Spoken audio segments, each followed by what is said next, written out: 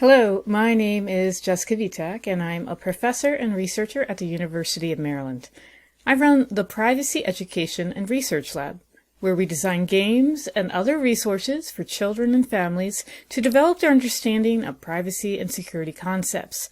Today, I want to share with you a game my team developed in 2021 called Password Mania. Password Mania is a card game for kids and adults and is recommended for those ages 8 and up, although younger players may need some help with the game. In this video, I'm going to walk through the rules and gameplay, so let's get into it. Password Mania includes a 72-card deck and playing instructions. The goal of the game is to build the best password by collecting cards with the highest point values. The person with the most points at the end of the game wins. There are 5 types of cards, each designated by a different color and icon in the deck. Let's go through what each category of card does.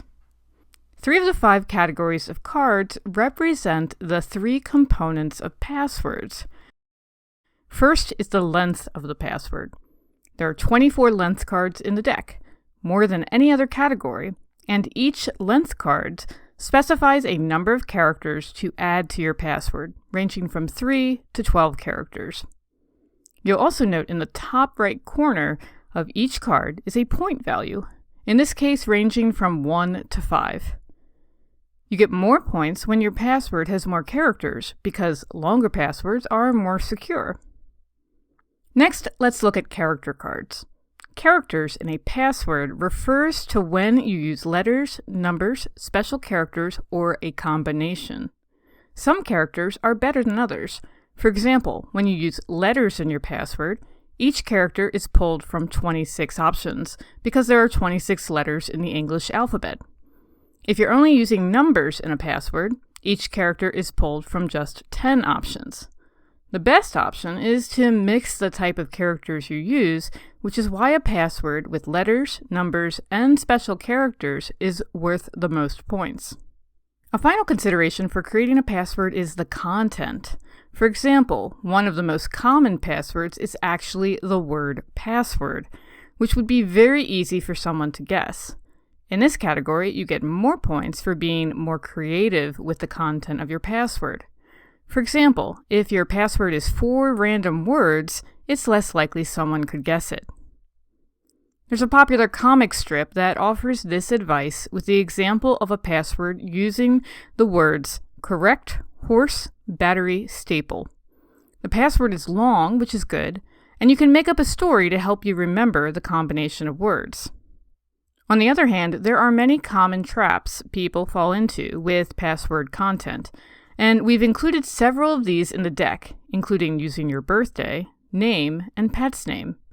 These are worth 0 points because they are easy to guess, making them a bad idea when trying to create a strong password. We also have bonus cards and wild cards in the deck. Bonus cards help you get more points through engaging in good security behaviors. There are 4 types of bonus cards that include activities like adding 2-factor authentication and setting up security questions on an account, both of which add an extra layer of protection. Another bonus card gives you points for using a password manager, which helps you remember all of your passwords and can generate strong passwords for you. The 4th type of bonus card acts like a copy of the highest value card in your hand. The final category of cards is wild cards. These are meant to make the game more fun and engaging. Each wild card presents an action you must immediately take, like drawing additional cards, trading cards with another player, or going through the discard pile to take any card you want. Now let's talk about gameplay. Password Mania works well for groups of 2 to 5 people. And in this video, I'm going to walk through a game as if we had 2 players. The first thing you want to do after shuffling the deck is to deal each player 5 cards. There are 2 versions of gameplay, what we call beginner and advanced in the instructions. The advanced version more closely reflects strong password practices, as it puts restrictions on the types of cards you need to have to go out. Specifically, the rules say you must have at least 1 length, characters, and content card to go out, because a strong password includes all three components. However, the advanced rules also state you can only have one characters card and one content card. This is because when building a password, it doesn't make sense to have a password that is only letters and only numbers, for example. Likewise, if your password is 3 random words, it can't also be your birthday.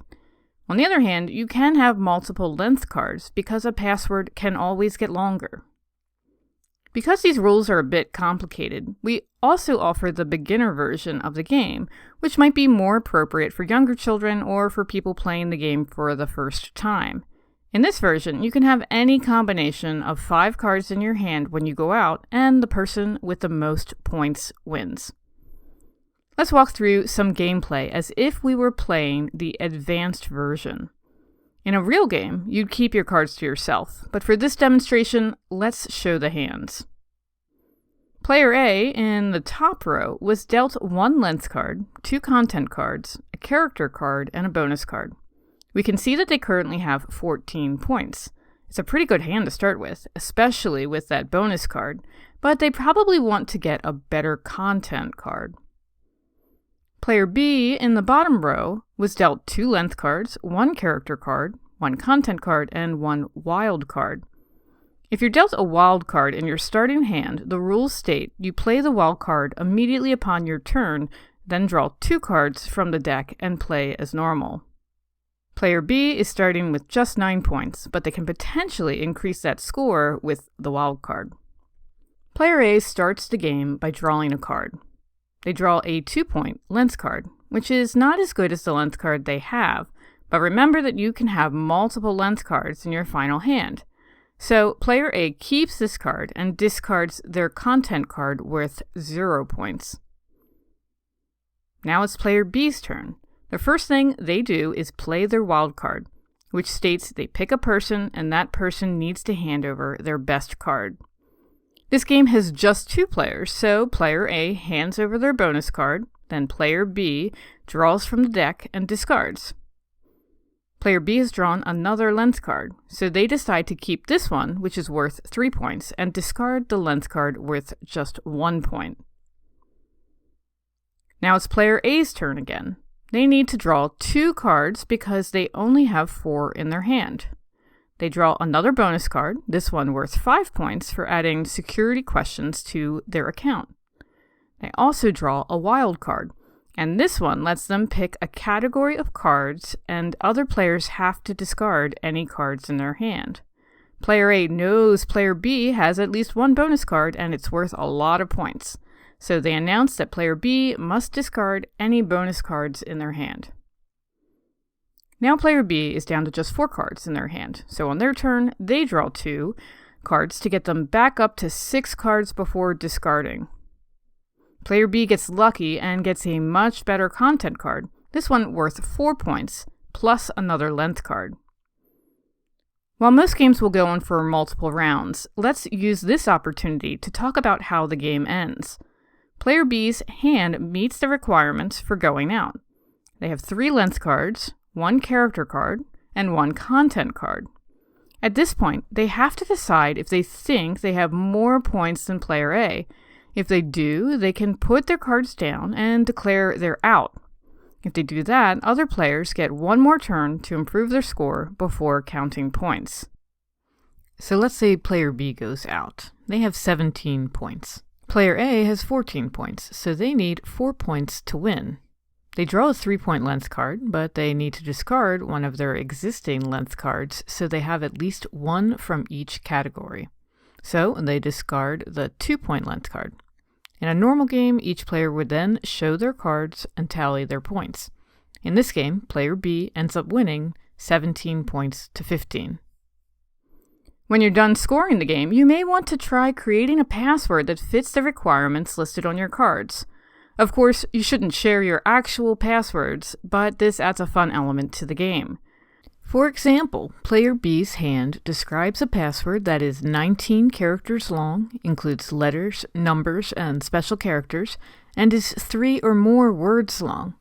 So player B might come up with a password like carrot, the number 4, Tuesday, exclamation point, dogs, to meet that criteria.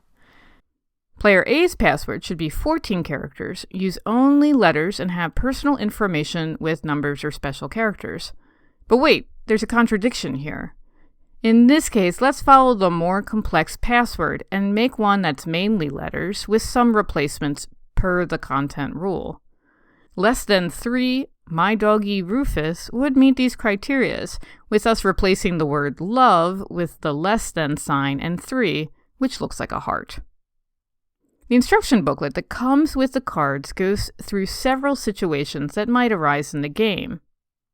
For example, if player A had ended the game with 2 content cards, they would only count the higher valued cards, and they would ignore the lower valued card. So this deck has 5 plus 5 plus 2 plus 1, or 13 points as their final score. I hope this walkthrough has helped you understand how to play Password Mania. We're updating instructions as new questions and examples come up. So if you want the most up-to-date version of the instructions, please visit the website listed in the box below. We also welcome your questions and feedback on the game and would love to hear how you're using it in the classroom, the library, or at home.